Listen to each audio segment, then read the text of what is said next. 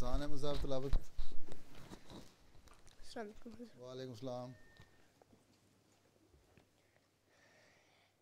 اعوذ باللہ من الشیطان الرجیم.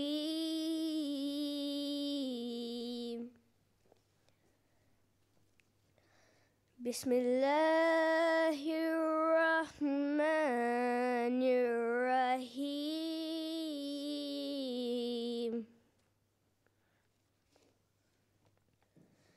إذا جاء نصر الله والفتح ورأيت الناس يدخلون في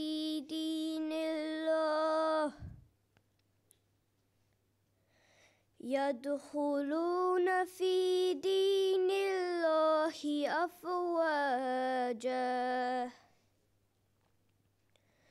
فسبح بحمد ربك واستغفر إنه كان توابا. صدق اللہ. جزاک اللہ. جی طاہر احمد صاحب.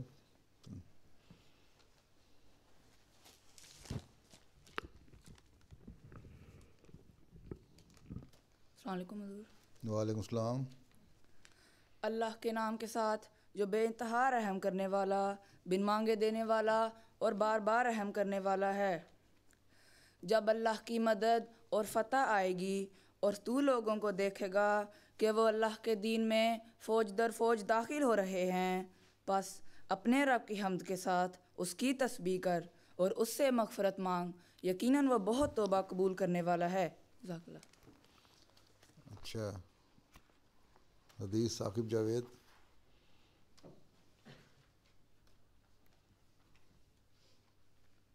السلام علیکم حضور. السلام. اللہم صلی علی محمد وعلی آل محمد کما صلیت علی ابراہیم وعلی آل ابراہیم انک حمید مجید. اللہم بارک علی محمد وعلی آل محمد کما بارکت علی ابراہیم وعلی آل ابراہیم انک حمید مجید.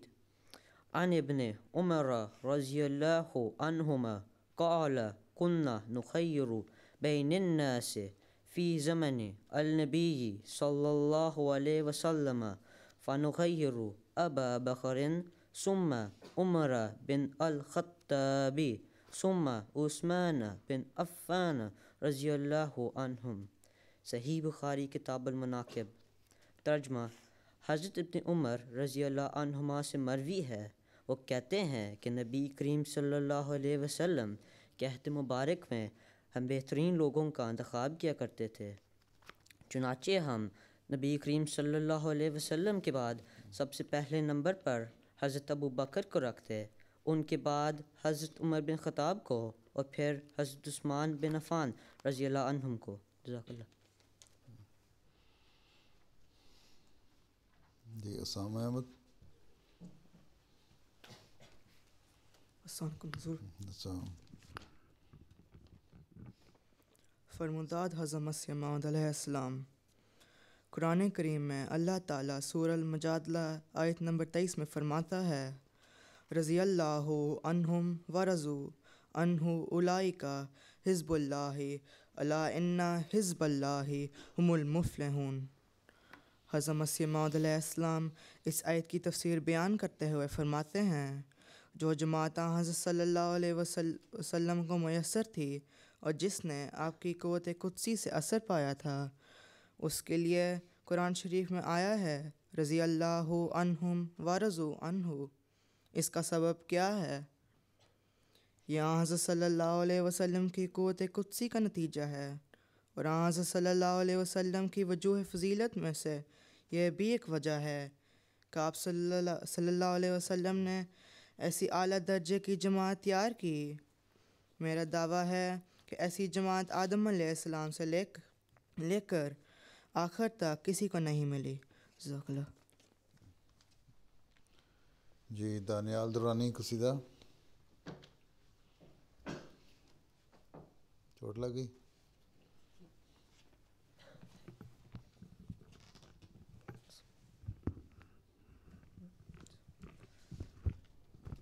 السلام علیکم. کلام حضرت مسیح موعود علیہ السلام در مدح صحابہ رسول صلی اللہ علیہ وسلم. ان الصحابة كلهم كذكاء قد نوروا وجه الورى بضياء الصالحون الخاشعون لربهم البايتون بذكره وبكاء قوم كرام لا نفرق بينهم كانوا لخير الرسول كالأعضاء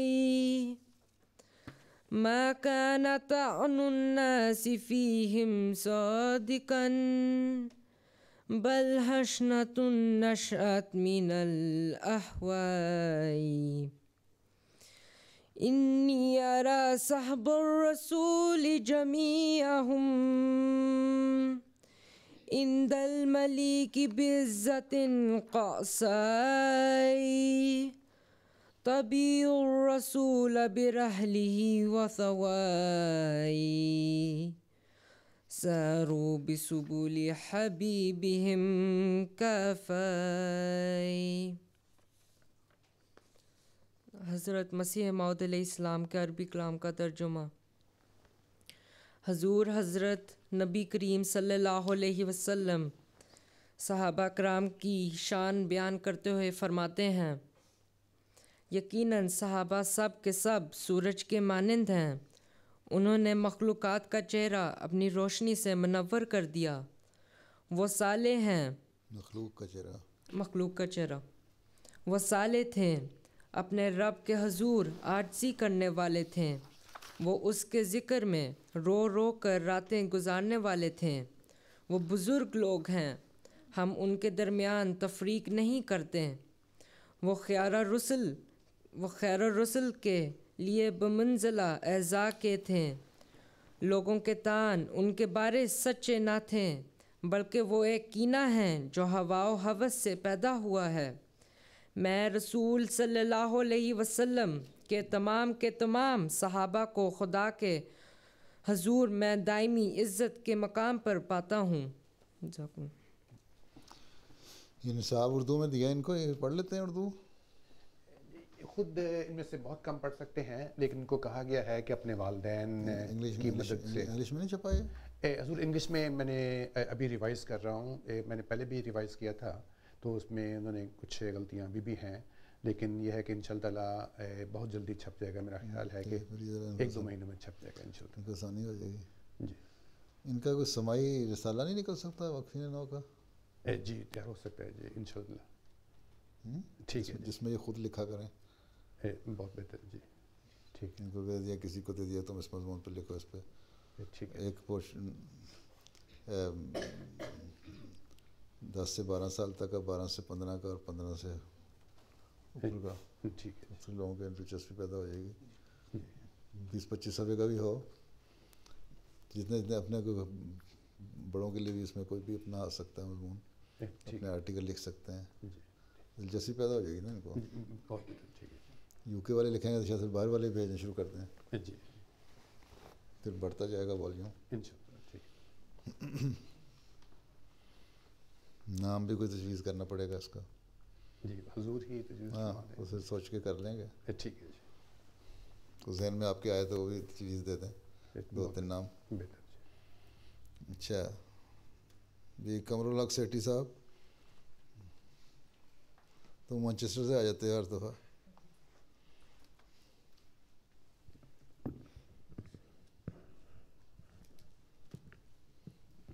السلام علیکم حضور. وعلیکم السلام. حضرت عمر رضی اللہ تعالیٰ عنہ کا سلسلہ نسب یوں ہے. عمر بن خطاب بن نفیل. عرب کے لوگ عموماً عدنان یا کہتان کی اولاد ہیں. عدنان کی نسل سے حضرت عمر رضی اللہ تعالیٰ عنہ پیدا ہوئے۔ آپ کا سلسلہ نسب 8ویں پشت میں جا کر نبی کریم صلی اللہ علیہ وآلہ وسلم کے ساتھ مل جاتا ہے۔ آپ رضی اللہ تعالیٰ عنہ ہجرت نبوی سے 40 سال قبل پیدا ہوئے۔ اس طرح آپ رضی اللہ تعالیٰ عنہ نبی کریم صلی اللہ علیہ وسلم سے عمر میں 13 سال چھوٹے تھے۔ تاریخ سے معلوم ہوتا ہے کہ حضرت نبی کریم صلی اللہ علیہ وسلم کی بعثت کے وقت قریش میں صرف 17 آدمی لکھنا پڑھنا جانتے تھے۔ ان میں ایک حضرت عمر رضی اللہ تعالیٰ عنہ تھے۔ اسلام قبول کرنے سے قبل حضرت عمر رضی اللہ تعالیٰ عنہ مسلمانوں کو بہت تکلیف دیا کرتے تھے، مگر مسلمان اپنے ایمان میں بہت پکے تھے اور ان پر ان تکالیف کا کوئی اثر نہ ہوتا تھا۔ جب حضرت عمر تنگ آ گئے تو سوچا کہ کیوں نہ اسلام کے بانی کا نعوذ باللہ خاتمہ کر دیا جائے۔ یہ سوچ کر تلوار لے کر گھر سے نکلے اور حضرت صلی اللہ علیہ وسلم کی تلاش شروع کر دی۔ راستے میں ایک شخص نے انہیں ننگی تلوار ہاتھ میں لیے ہوئے دیکھا تو پوچھا، عمر کہاں جاتے ہو؟ حضرت عمر رضی اللہ تعالیٰ عنہ نے جواب دیا کہ محمد کا کام تمام کرنے جا رہا ہوں۔ اس نے کہا، پہلے اپنی گھر کی تو خبر لو، تمہاری بہن اور بہنوئی مسلمان ہو چکے ہیں۔ حضرت عمر رضی اللہ تعالیٰ عنہ فوراً اپنی بہن حضرت فاطمہ رضی اللہ تعالیٰ عنہ کے گھر روانہ ہوئے، اور جب ان کے گھر پہنچے تو اندر سے تلاوت کی آواز سنائی دی جو حضرت خباب رضی اللہ تعالیٰ عنہ بڑی خوش الحانی کے ساتھ پڑھ کر سنا رہے تھے۔ حضرت عمر رضی اللہ تعالیٰ عنہ نے تلاوت کی آواز سنی تو غصہ اور بھی بڑھ گیا۔ ان کی آواز سن کر حضرت خباب رضی اللہ تعالیٰ عنہ تو ڈر کے مارے چھپ گئے اور حضرت فاطمہ نے قرآن شریف کے اوراق کہیں چھپا دیے۔ حضرت عمر رضی اللہ تعالیٰ عنہ نے بلند آواز سے کہا کہ میں نے سنا ہے تم اپنے دین سے پھر گئے ہو۔ یہ کہہ کر بڑے غصے کے عالم میں اپنے بہنوئی حضرت سعید بن زید رضی اللہ تعالیٰ عنہ کی طرف لپکے۔ حضرت فاطمہ اپنے خاوند کو بچانے کے لیے آگے بڑھیں تو وہ بھی زخمی ہو گئیں۔ حضرت فاطمہ رضی اللہ تعالیٰ عنہ نے بڑی دلیری سے کہا، ہاں عمر، ہم مسلمان ہو چکے ہیں اور تم سے جو ہو سکتا ہے کر لو، ہم اسلام کو نہیں چھوڑ سکتے۔